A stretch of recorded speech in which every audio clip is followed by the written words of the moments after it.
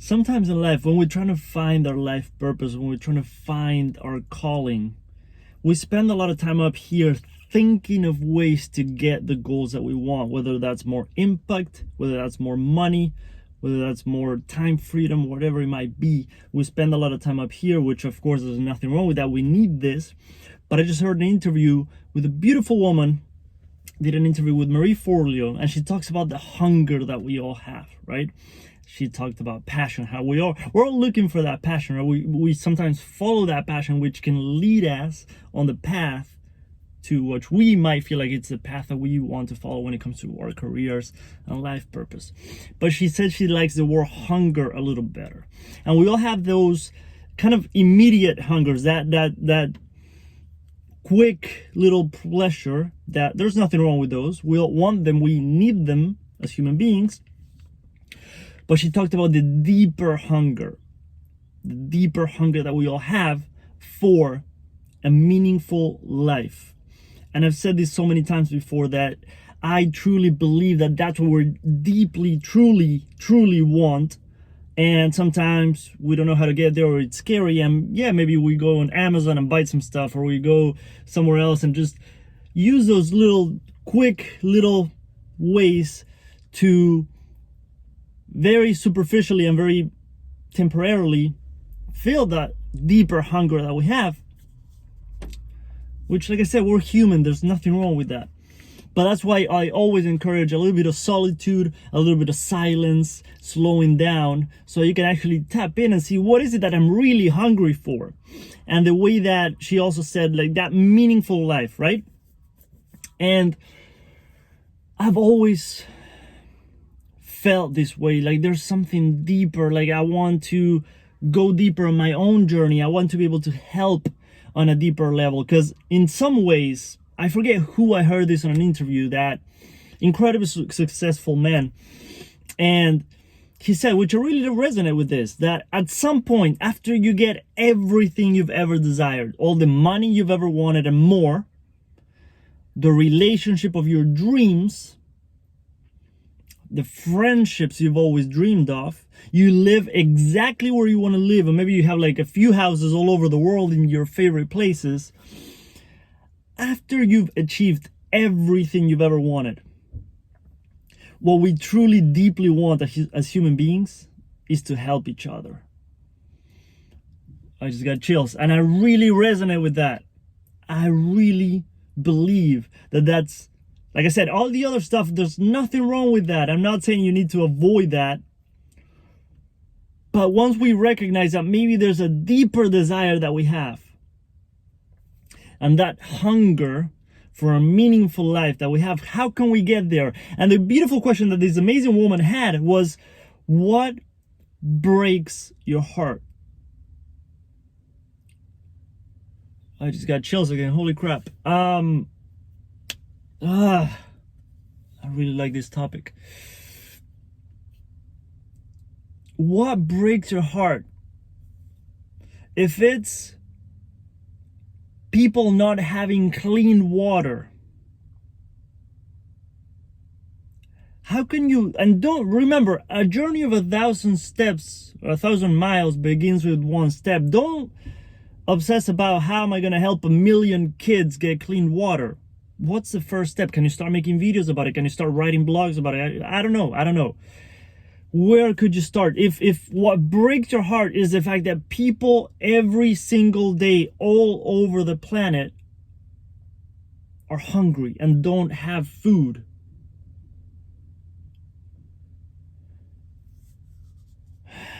if it's animals being mistreated, if it's people and kids being, like, what breaks your heart? And how? Because here's the thing, I said there's nothing wrong with using this when you have, because when you have a big purpose, when you have a big mission that you're going towards, you're going to need good ideas and strategies and tactics and whatever.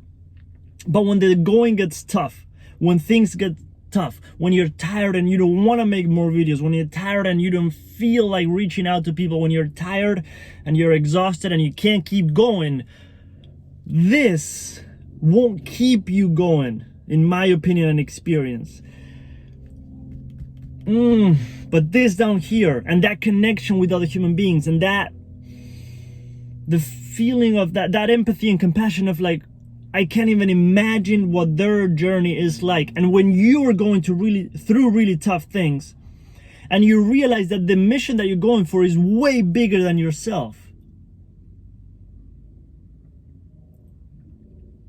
you do whatever you need to do for you, and you give yourself the time, and you give yourself the space, and you give yourself the self-care, self-compassion, and self-love that you need. But when it's time to keep going, this will pull you forward in a way that other stuff won't be able to. And of course, I definitely resonate with the idea that to find your life purpose,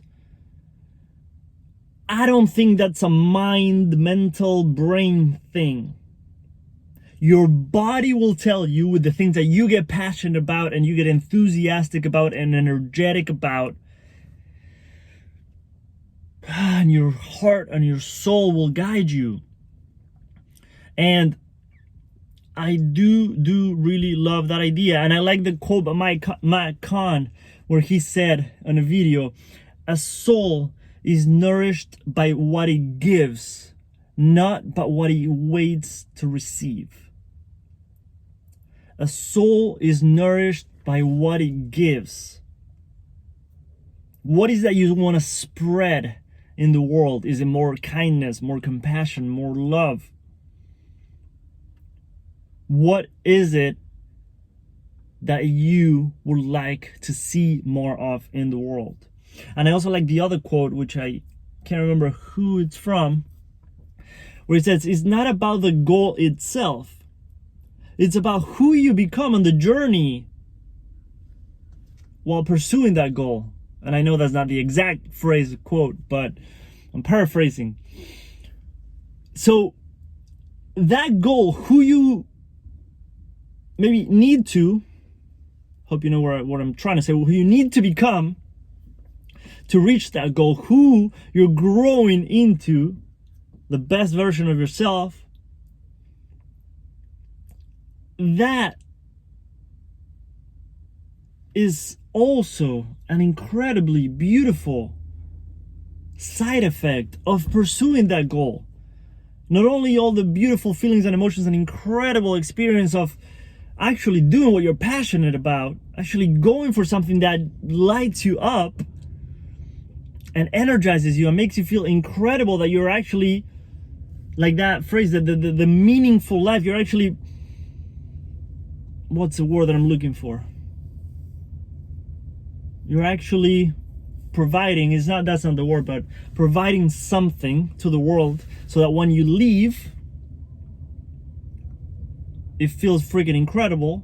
Because I also always say, like, when you're in your deathbed and you're in the last hour of your life, what do you think you might, and regret sometimes is not a very healthy way to approach our journey, but what do you think maybe you would have wished you did a little more of?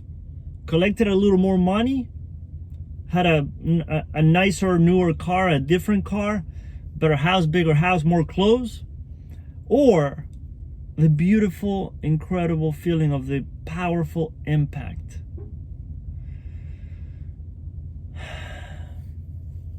you've had on this planet?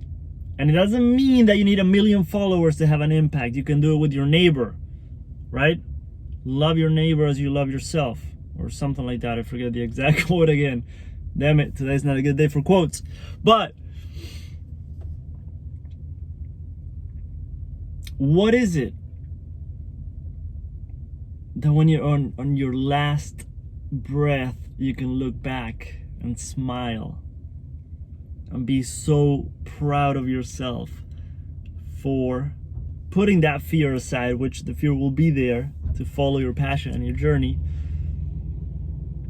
but be incredibly grateful for the journey and incredibly proud of yourself for going for it. I truly hope this helps. I freaking love this topic, and I hope this exploration can help us in some way. Have an amazing day.